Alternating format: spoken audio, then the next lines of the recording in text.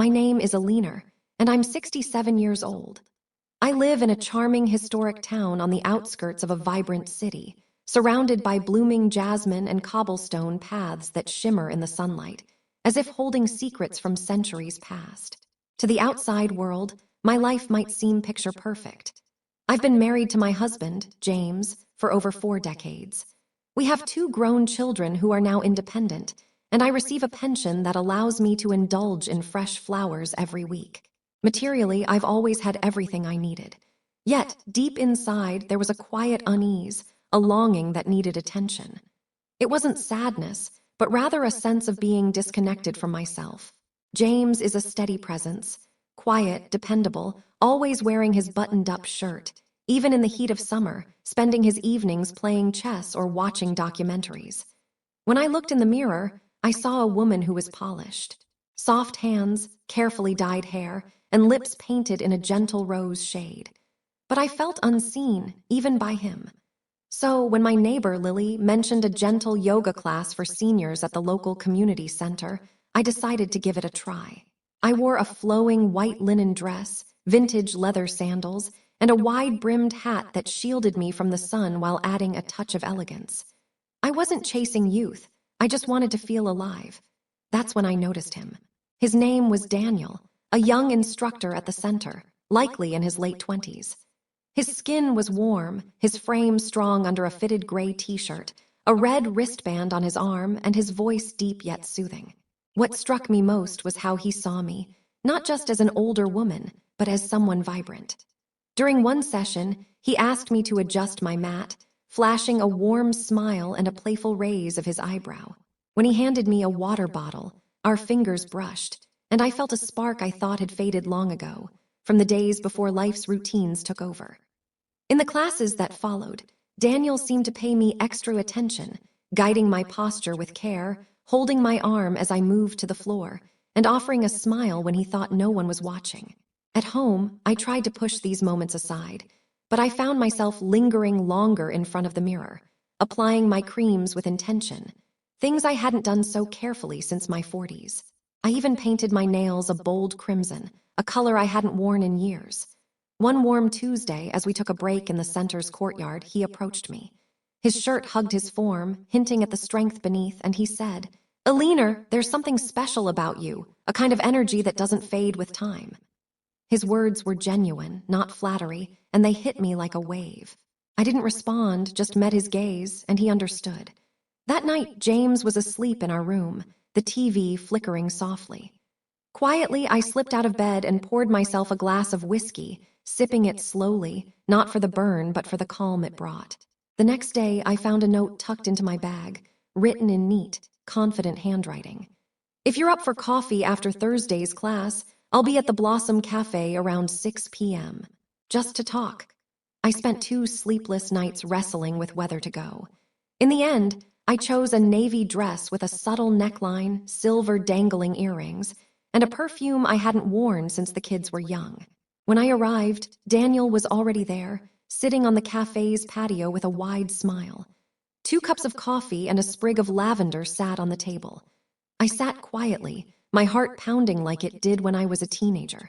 That moment felt like the start of something unstoppable. The Blossom Cafe was simple yet inviting, with hanging plants and wooden tables, a soft folk melody floating in the air like a gentle embrace. Daniel sat calmly, as if this was just a casual moment, but for me, it was an emotional whirlwind. His eyes held a mix of determination and youth, his movements steady and patient. He thanked me for coming, his tone warm and unassuming. I thanked him for the invitation, crossing my legs under the table, noticing his glance linger briefly on my silk stockings and leather sandals. I wasn't trying to provoke, but I wanted to feel my own femininity again. We talked for over an hour. He shared stories about his mother, a nurse from a bustling city, and his move to this quiet town in search of peace. I told him about my children, my garden, and how I used to love ballroom dancing but gave it up years ago. We laughed together, finding an easy rhythm. As I stood to leave, he walked me to my car, standing close by the door without touching me. "I really enjoy talking with you, Alina," he said. "You make me feel something hard to describe, Don't overthink it, just let it be. His words stirred something deep inside me, a part of myself I thought was long gone. In the days that followed, everything felt different. At home, James didn't notice my distraction, absorbed in his routine of news and crosswords. But I was adrift, thinking of Daniel during breakfast, in the shower, even while tending my flowers. At the community center, I chose fitted clothes I hadn't worn in years, not to show off but to feel them against my skin. During one intense class, Daniel stood behind me to adjust my posture, his hands gently but firmly on my hips. His breath grazed my neck, and for a moment I held my breath. "Perfect," he said softly. "Your form is stunning." No one had said anything like that to me in decades. I felt like I was melting inside, like wax under a flame. That afternoon, I got a message from him. "Want to take a walk with me tonight? Just a stroll." I hesitated, telling myself I had a neighborhood meeting, but I went anyway. I wore a long cotton dress with a square neckline and thin straps, a soft scarf draped over my shoulders. It wasn't bold, but it was intentional. Daniel was waiting by the Riverwalk, and we walked in silence at first, listening to the water and the crickets hidden in the bushes. As a gentle breeze tugged at my dress, his hand brushed closer to mine. It wasn't by chance. In that moment, I understood everything clearly. He asked if what we were doing was wrong. I knew the answer deep down, but it didn't matter to me. I paused, taking in the moment, my eyes meeting his. When they locked, he leaned in and kissed me. It was a soft kiss, no rush, no intensity, just the quiet passion of two people who had longed for each other without fully realizing it. His lips trailed gently to my collarbone, sending shivers through me. My knees felt unsteady. I whispered that we couldn't keep going like this, even though I knew I didn't mean it. But we did keep going. The next day, we met again, and the day after that, always finding excuses: a walk in the park, a coffee date, or a chat about novels. Over time, our connection deepened. His hand rested on my lower back, his fingers brushing a strand of my hair. I let him. I started noticing feelings I never thought could sway me. He gave me a delicate butterfly-shaped hair clip, chosen just for me. He asked me to wear a lavender scent, saying it reminded him of me even when I wasn't there. One evening, as he said goodbye outside my house, he leaned close and murmured, "When I see you in that white dress, with your hair falling just so, you have no idea what you do to me." That's when it hit me. I understood it all. There was something thrilling yet unsettling in our secret routine. Every time I saw Daniel, it felt like a step further, a deeper surrender. We'd meet at the quiet willow park, sitting on a bench like old friends, breathing in the same air. Or at that little cafe with tables tucked behind soft cotton curtains, where our glances spoke louder than words. No one knew what was happening. No one suspected our bond. But when his fingers grazed mine, the world faded away. One rainy afternoon, I got a text from him, poetic yet urgent. "The rain's falling and the streets are quiet. Can you slip away for a moment? Just us. Let's forget the clocks." I lied to Mark, my husband, saying I was heading to a book fair. Instead, I took a cab to the Rosewood Inn, a charming old place on a narrow street in the historic district, its walls whispering with history. Daniel was waiting in room 7, which had a small balcony overlooking a courtyard with polished wooden benches. He wore a knit sweater, his hair slightly damp from the rain, looking more like a writer than the gym coach he was. On the nightstand sat 2 glasses and an open bottle of crisp white wine. I wore a sleek navy dress that reached my knees, with pearl buttons trailing from the neckline, a dress I'd saved for special moments. I never thought I'd wear it to captivate a man younger than my children. When he saw me, his eyes traced me from head to toe, unapologetically curious but not lustful, more like he was in awe.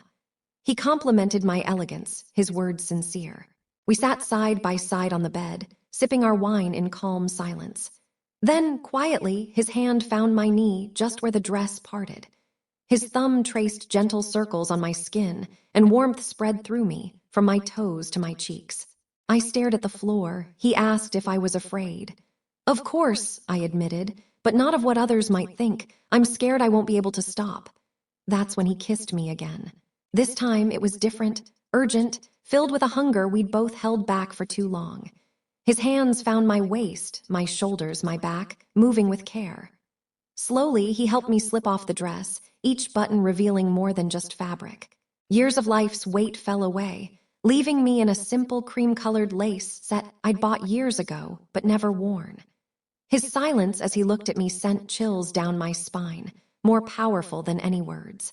"You're more real than anyone I've ever known," he said. I tried to laugh it off, saying, "I have more lines on my face than most." But he shook his head. "You carry yourself with a presence that unsettles me in the best way." He guided me gently onto the bed. There was no rush.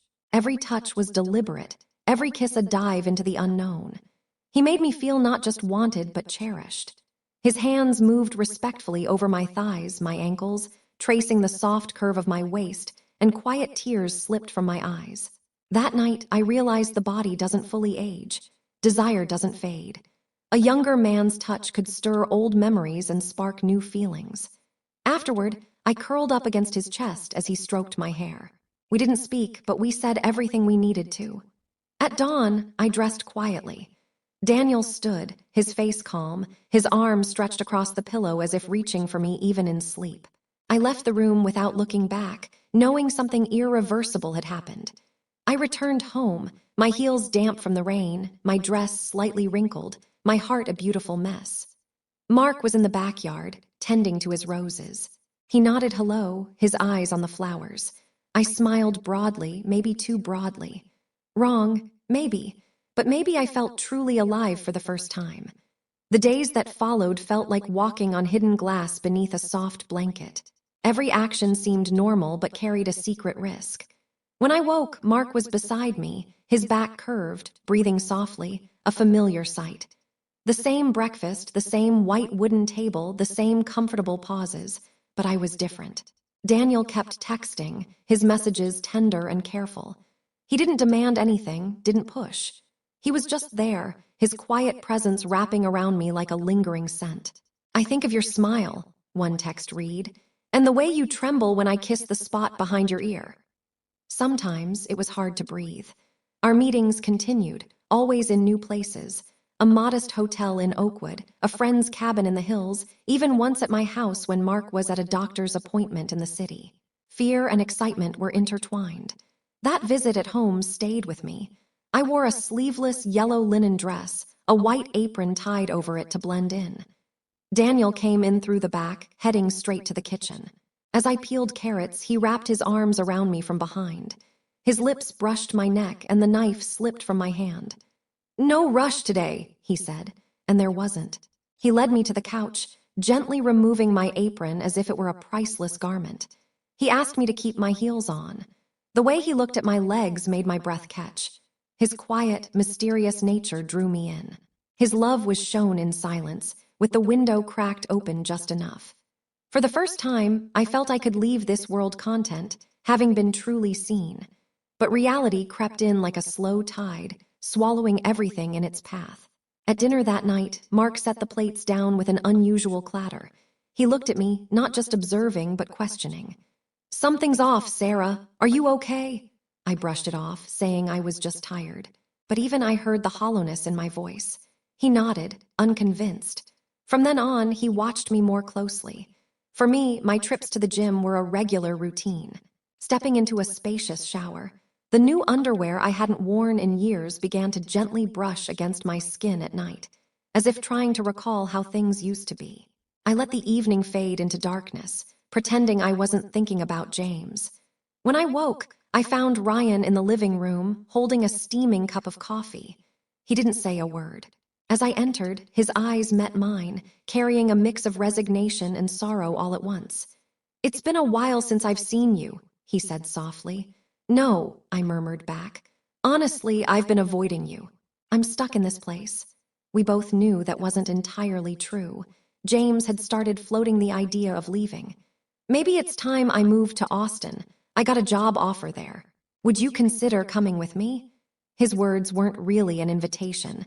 They felt more like a challenge, a question without a clear recipient. I told him I couldn't just walk away from my life. It's not like what we had was perfect, but it was still a form of existence. His words stung more than any criticism because they were true. That night, I couldn't sleep. In the quiet darkness, I stared at the ceiling, replaying his presence, his way of speaking, the tender care he showed me. Yet I couldn't ignore Ryan's weary gaze. His silence and loyalty hit me, and in that moment I realized I had to make a choice. I couldn't imagine part of my world collapsing, but the only question was which part I'd let go. That morning, when everything fell apart, the sky glowed with an oddly vivid clarity, as if it were untouched by the chaos swirling inside me. After Ryan left, I slipped on a light burgundy robe over my ivory satin nightgown and padded barefoot downstairs for coffee. The kitchen was filled with the warm scent of cinnamon and spices, but I no longer felt like I belonged to that home. I was just a shadow drifting through it. James hadn't texted me in 2 days. After our talk about Austin, his silence was either an answer or the consequence of his actions. I sat at my bedroom mirror, brushing my hair slowly. I studied the lines on my skin, the faint marks along my collarbone, the strong curve of my shoulders. I didn't feel shame, just a different kind of unease. I was questioning who I was now. Later that day, Ryan mentioned he was going to visit his family in a nearby town and would be back by morning. An hour after he left, I got the message. "I'm at the same hotel, room 4, you don't have to come. But if you do, don't make excuses, don't put up walls." I didn't reply. I changed into a striking red dress that hugged my waist, with a side detail that showed just a hint of my leg. Soft stockings, high-heeled shoes with quiet soles, and my signature scent. A mix of jasmine, cool night air, and unspoken longing. I took a cab. I didn't look at the driver or say a word. We went straight to the hotel. When I knocked, the only sound was my knuckles against the door. He opened it slowly, shirtless, wearing only light-colored pants, barefoot. His breathing was steady, rising and falling in a calm rhythm. We didn't speak. There was no need. The moment he closed the door, he kissed me, a kiss that blended anger, love, and farewell. He undressed me without care for the fabric, as if it didn't matter, as if my skin was the only part of me he could still recognize. He asked me to keep my earrings on, saying they made me feel authentic. Not perfect, but real. He loved me with the urgency of someone who knows time is running out. Afterward, we lay side by side, our backs pressed together. His breathing felt distant, untouchable. He didn't say it, but I knew this was his choice, our last moment. I dressed quietly. He turned away. "Will you come back?" he asked. "I'm done," I said, but not because I wanted to. I leaned down and kissed him, avoiding his forehead. How do you say goodbye to someone who's sparked something sacred in you? I walked out of the hotel with purpose, even though the world felt slightly off-kilter. Ryan hadn't returned home yet. I sat in the darkened bedroom, no tears falling, just a heavy silence. When he came back, he carried a bag of sweet bread. He kissed my cheek, asking no questions. But his eyes showed he knew, without certainty, but he'd suspected. Still, he chose not to confront it. That night, we shared the bed, lying on the same mattress. This time, it was me who reached for his hand under the covers. Weeks passed. James moved to Houston. I always wondered if he'd gone to Austin or somewhere farther. He hasn't written since. I slipped back into my routine with Ryan, the same coffee, the same habits. But something had shifted. A spark glowed inside me, a memory that wasn't fully real, a quiet reminder that I'd been desired. I wasn't just a mother or a partner. I was a woman. Walking through the city, catching the scent of jasmine in the air, a smile crept onto my face. I have no regrets. It wasn't a mistake. Life reminded me I'm still here, and I'm certain someone else will knock on that hidden door someday. Maybe with a different voice, a new presence. But the woman inside me will be ready.